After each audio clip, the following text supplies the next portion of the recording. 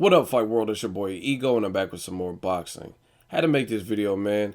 Tired of the bullshit, and I love the YTBC. Shout out to all my supporters, the people that hold down my channel, along with the other channels on here that are really pushing this boxing shit. But one thing I cannot stand is a fickle fan. And in boxing, we have plenty of them. We have so many fans that are just so fickle, and if you don't know what fickle means, then you shouldn't be watching this video. You should be in fucking school.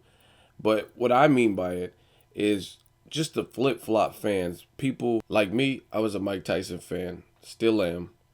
And even with his losses and everything that went on, I'm still a fan.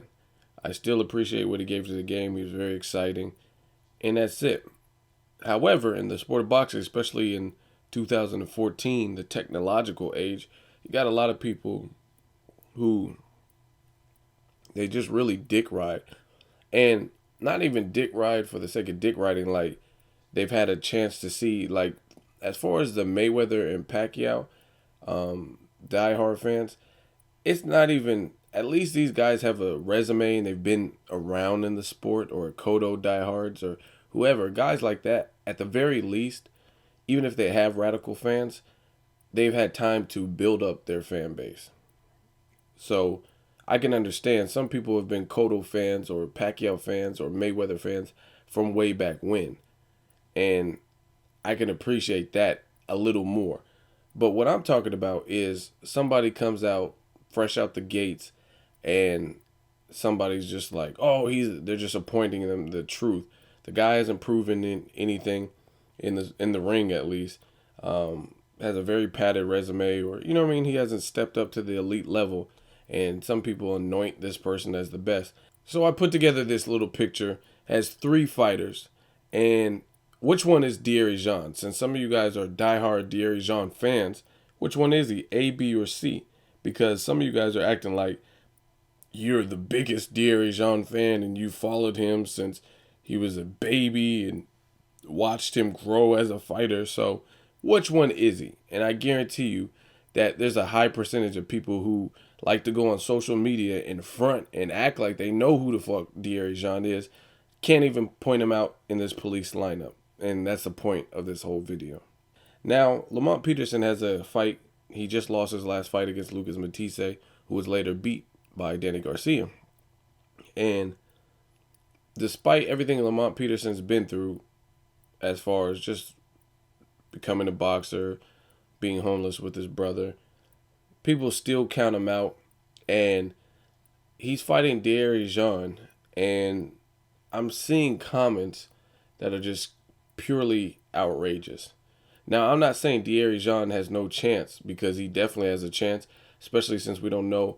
I don't remember the last time Lamont Peterson was really stopped. He's been knocked down before, but he's like a termite, a gnat. He just keeps coming at you. In the Victor Ortiz fight, he was knocked down. He went on to fight to a draw. In the Amir Khan fight, in the round 1, he was knocked down. Then he went on to win that fight in a controversial fashion, but he still won. But Lucas Matisse is the first time that I could recall where Lamont Peterson was dropped and stopped, and the fight was called, especially that quick. So I'm anxious to see how he comes back. Dierry is no pushover. He's not really tested like that, but he does bring some things. He can bring pressure, has some power, and he might have some momentum going his way. So it's a good fight. I definitely want to see it. I want to see what Lamont Peterson has up his sleeve. But some people are counting out Lamont Peterson as if there's no chance in hell. And it's based on what happened in the Lucas Matisse fight. You got to understand that this is boxing. Some things happen. You could have a bad training camp. You could have had a bad night. Lucas Matisse might just be a beast and has incredible power. But the same rules doesn't apply for every single fight.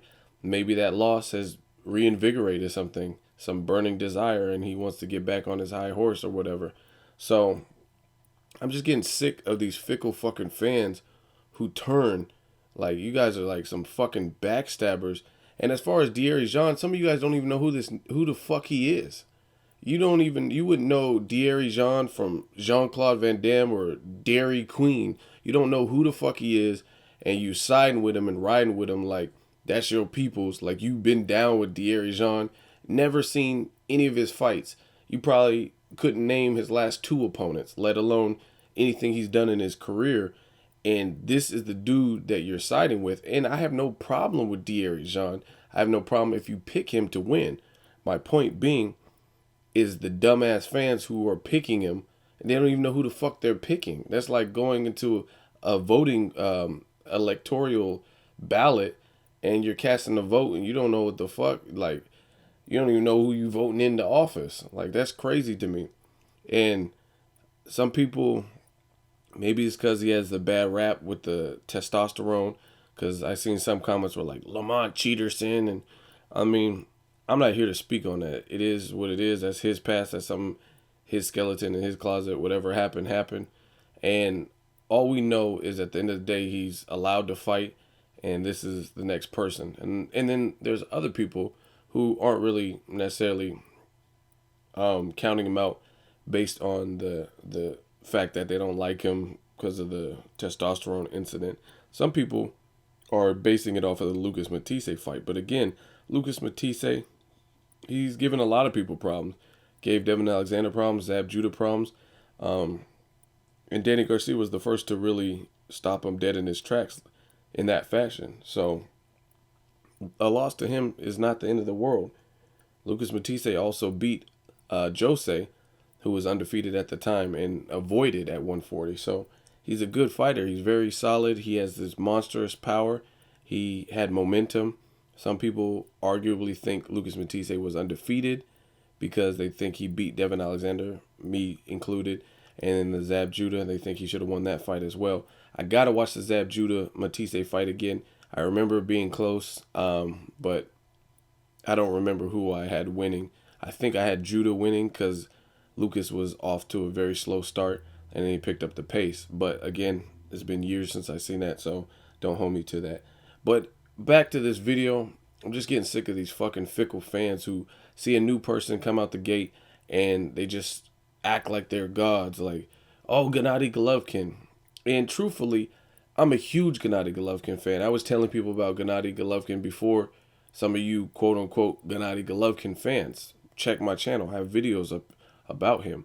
But I'm a realist at the same time.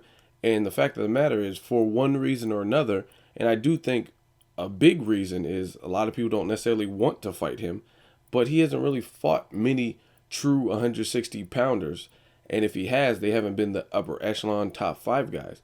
But like I said, some of that's not his fault. I think guys like Sturm, I think guys like Martin Murray don't necessarily want to fight him. Darren Barker. I mean, there's a lot of guys I don't think really wanted to fight him. Sergio Martinez, you can also throw him in that conversation. So for a variety of reasons, he still is unproven at 160. He has wins over Curtis Stevens, good. Macklin was a solid win. But he still has to fight those guys. Again, for whatever reason, he still hasn't fought them. So you can't just, you can imagine like, oh, I honestly think Gennady Golovkin can run through 160 pounds and won't receive much challenge unless he fights a Sergio Martinez or moves up to 168. But it still hasn't happened. And some of you guys get on this bandwagon and you just discount everything a fighter's done based on a loss. And I think that's bullshit. And then I talk about Canelo and Alfredo Angulo, and some of you guys are mad at that. You're like, oh, why the fuck is he fighting him? He's not fighting Edeslani Lara. But knowing if he lost to Lara right after he lost to Mayweather, people are going to be showing him the door. Like, yo, get the fuck out of boxing. You suck. You were always overrated. You're a bum. It's like you guys force people into a corner. If they don't fight back-to-back-to-back grueling, tough schedules, then you give them shit. Like, oh, you're taking a fight with Angulo. That's an easy fight. The motherfucker just lost his last fight. No one's trying to string up losses after losses. And the Edeslani Lara fight could be tricky. So let him get his confidence back. Let him build back up. Because you guys are quick. Not you guys in terms of everybody. Hate to generalize. But some of you guys are the first ones to turn your back on someone or count a fighter out. Like I said, Lucas Matisse beat the shit out of Lamont Peterson. I admit that. I seen that. I don't give a fuck because I like both fighters, and I told you going into the fight that it's a tough fight. So I don't frankly care, to be honest. But you can't discount everything Lamont Peterson has done. I mean, he's faced other power punchers like Kendall Holt, and he stopped him. He's fought Victor Ortiz and fought his way back into the fight. Another offensive-minded, aggressive power puncher who's a southpaw, who was young and more or less in prime before he had a bunch of quitter-type fights. I mean, he just had the Maidana thing over his head. So the point being is some of you guys are just so fickle to the point where you're just so quick to leech and jump onto the next hot person, the next hot thing. And I think that's bullshit. If you don't like Lamont Peterson, you can still be realistic and say, oh, it's going to be a good fight or he has a chance. But some of you guys are jumping shit. Dierry Jean. Like, you don't know shit about Dierry Jean. And some of you guys are acting like he's the truth, that you know him. And arguably, Lamont Peterson, I mean, he's faced adversity before. We've seen in the Miracon fight, Victor Ortiz fight. So, if anybody, I mean, you know what he's capable of. We don't really know what Dierry Jean is capable of at a higher level. So, we shall see. And I'm not taking, this is not a Dierry Jean video. It's about dumbass fans. That's what the video is about. Just the fans that are so fickle and quick to outcast and banish people. It's like you'll never be happy if they don't have the toughest schedule on earth, even after losses. Then you're like, oh, they suck. They're ducking this person. But then if they do like Austin Trout, back to back hard fights, Miguel Cotto, Canelo, and then Edeslandi Lara, and then he loses his last two. Now you're like, Austin Trout was a bum. He needs to fucking hop back in the ocean with the rest of the fish. That trout mouth motherfucker sucks.